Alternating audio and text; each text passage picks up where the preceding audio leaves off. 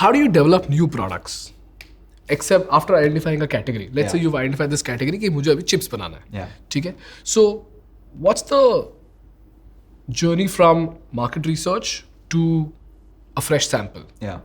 So for me, it's number one is, like I said, my first hire for SuperYou, when we didn't even have the company registered, by the way, was an expert in product development. The reason for that was because, again, I genuinely believe that there is something that when people spend their entire life doing it, they become an expert at it, and you can't become that expert. So no matter how much I know about it, I can't do the job that my product development person does, right? So we apply 2 layers. So one is there's a very strong brief around what I want, right? That brief is communicated with my product development head and with a potential manufacturer. So what we do is all our manufacturing currently is third party. So we work with very few people who we really like, trust, and whose facilities and all we know are like world class. So we'd go to them with the brief, and then we'd collaboratively say, okay, look, this is the brief. How do we make a product for this? And then we like kind of get sampling going and so on and so forth. And that process, depending on the complexity of the product, can take a month to 6 months, right? Because you may want to tweak many things, cost. Food is that kind of business where you can make a product and then you might as a layman say, okay, I think all we need to do is change this, just a little bit. But to make that little change, everything changes. Correct. Right? So it's one of those. So it can take some time. That process is time consuming. And then we work collaboratively because a lot of the product manufacturers know their machines better than any of us do. So they know that, okay, on this machine, I know what I'll be able to deliver. So there is a certain amount of science and then there's a certain amount of art to it, which is like, why can't we try this? Like, okay, I'll give you a good example. So with the chips, when we were making them, we're doing baked chips.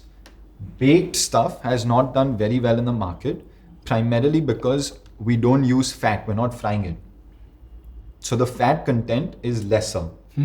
Now, man, I'm giving all my trade secrets, but never mind. Someone's gonna copy this product anyway. So when you use fried chips, so I'll give you with context, right? So fried potato chip, 14 to 15 grams of fat. SuperYou 3 grams. That's 80% less because we don't fry the product, we only bake it. High fat means it will give you this beautiful mouthfeel and it'll go down very smoothly, right? And that's, by the way, what keeps you wanting more. So that's the reason why you'll say, no, I just need that one more. I need that one more. I need that one more. With baked products, that's very difficult to achieve. So when we kind of like were facing that problem statement, one of the things we realized is that if we just make the chip very, very thin, right? The surface area and the amount you're eating in one go will be less, which means you may not even need that much fat for it to go down. Oh, wow. So as a consumer, you feel like you're eating the chip, but if you notice, our chips are very thin. They're almost like, they're very airy and light. And that does 2 things for us. One is that it is very thin. So when you eat it, you can finish eating it and you won't feel dry. So you will feel like, okay, cool, it went down easy because you're just eating lesser in one go. And the second thing it does is that it gives you that light and airy feeling. So you would eat, let's say 40 grams of this versus 40 grams of a fried product, but you'd feel like this was much lighter. Wow. You wouldn't feel like you've eaten something and you're feeling heavy. And that's a certain nuance of how we cracked it. So coming back to it, some amount of science, some amount of constantly asking irritating questions of, can we do this? Can we do this? Can it be better? Can it be better? And I think you find your rhythm in that and end up at a product.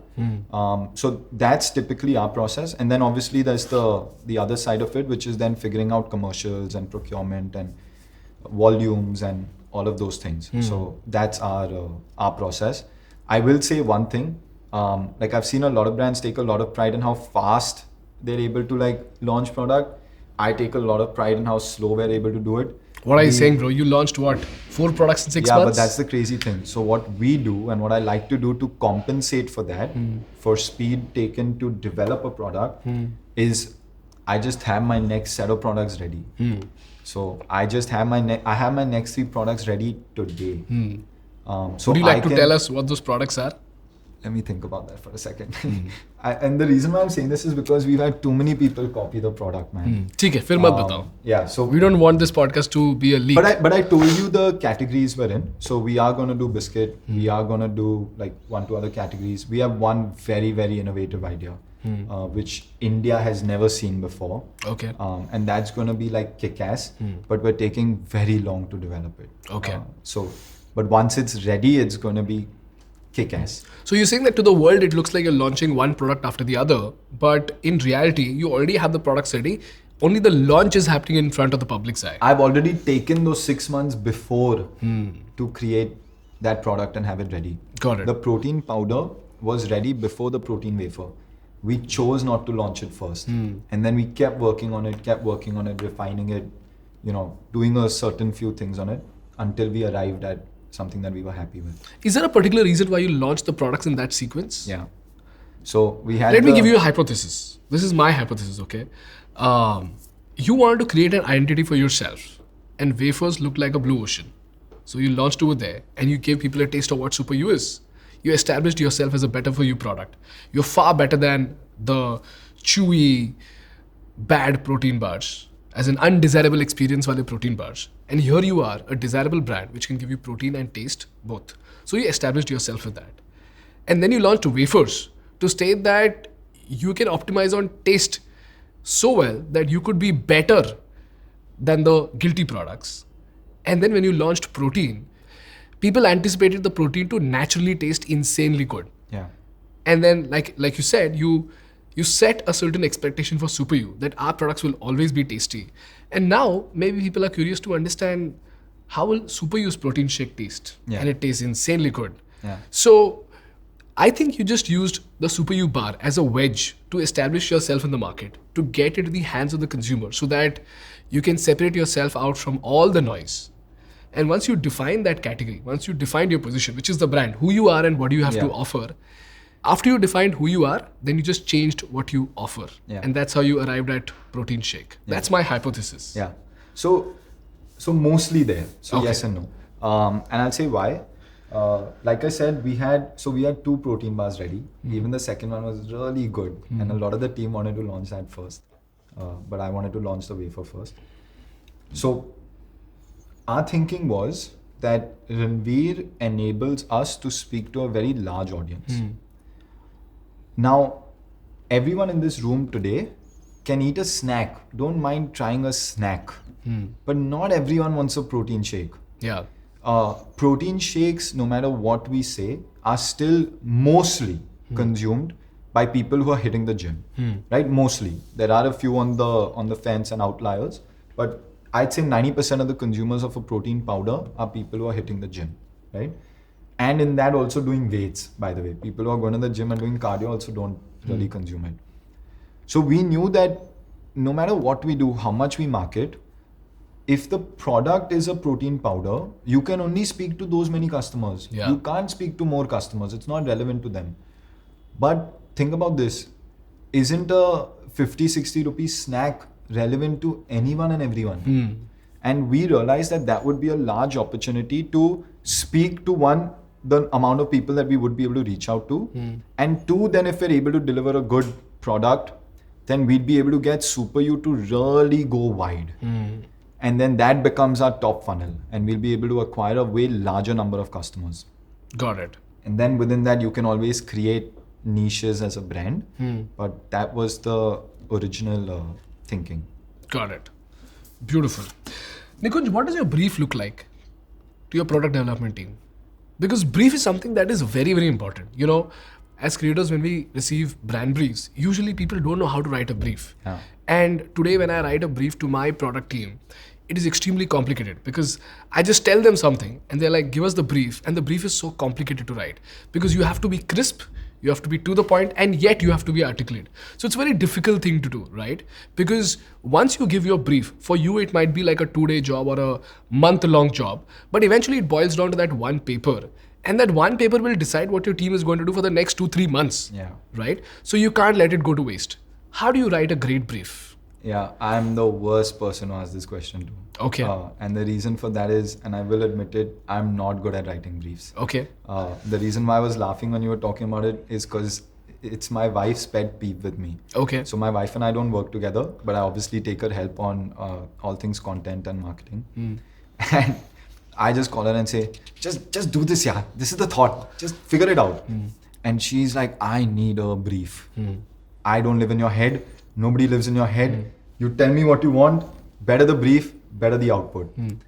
And then that stuck with me. So now, even though I'm not very good at writing briefs, I've figured out using ChatGPT or someone in my team to put briefs. But I do strongly believe and advocate that a good brief is everything, because it sets direction with everything on paper. Because like earlier, I could go to my product guy and say, मैंने तो ये बोला ही नहीं था. I तो said I wanted like this. Correct. Why did you make it like this? And Bichara, what will he also say then? Yeah. So I think it helps a lot to be able to put it on paper. And actually with SuperYou, ever since after the first product, we've only done written briefs. So we follow a simple format in terms of what's the problem statement, what kind of product do we want to achieve, so what are the attributes of it. If there's any references that we want to suggest from here or from anywhere in the world. What is our, so I always put cost target upfront, because you can make a Rolls Royce, but if your expectation is to be able to sell a Rolls Royce at a certain price, then, you know, and make it at a certain cost, then there's no point of making it, right? So there's no point of making a Rolls Royce if your budget was 30 lakhs. So I always put cost upfront. And for some reason, a lot of people don't do this. I find that very absurd. Okay. Everyone's like, "Pehle product banate hain." But I find that very, very absurd, because you can do that work, use ingredients that allow you to achieve something, be happy with the product, and then realize there'll be no market for this, right? And then go back and do that work again. So there's a little bit of back and forth on that.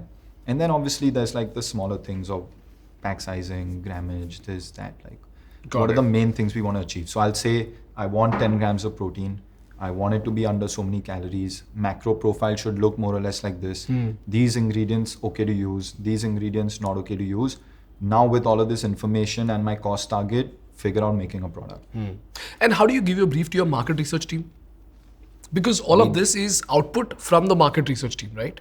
So like I said, market research team is me. Okay. There is no market research team. But that's what I'm saying. I think a lot of this also comes to me intuitively. So there's not as much of a formal process to it. Yeah, I'm just in it throughout now. That's amazing, bro. By the way, my wife tells me the same thing, bhai. Yeah. So I can resonate. Yeah. I need a brief. Vishwani will be very happy to see this section of the podcast. Hi guys, if you loved watching this clip and if you want to do a deep dive into the podcast, we've mentioned the link in the description. So click that link, watch that podcast and take notes. Thank you for watching and subscribe for more clips.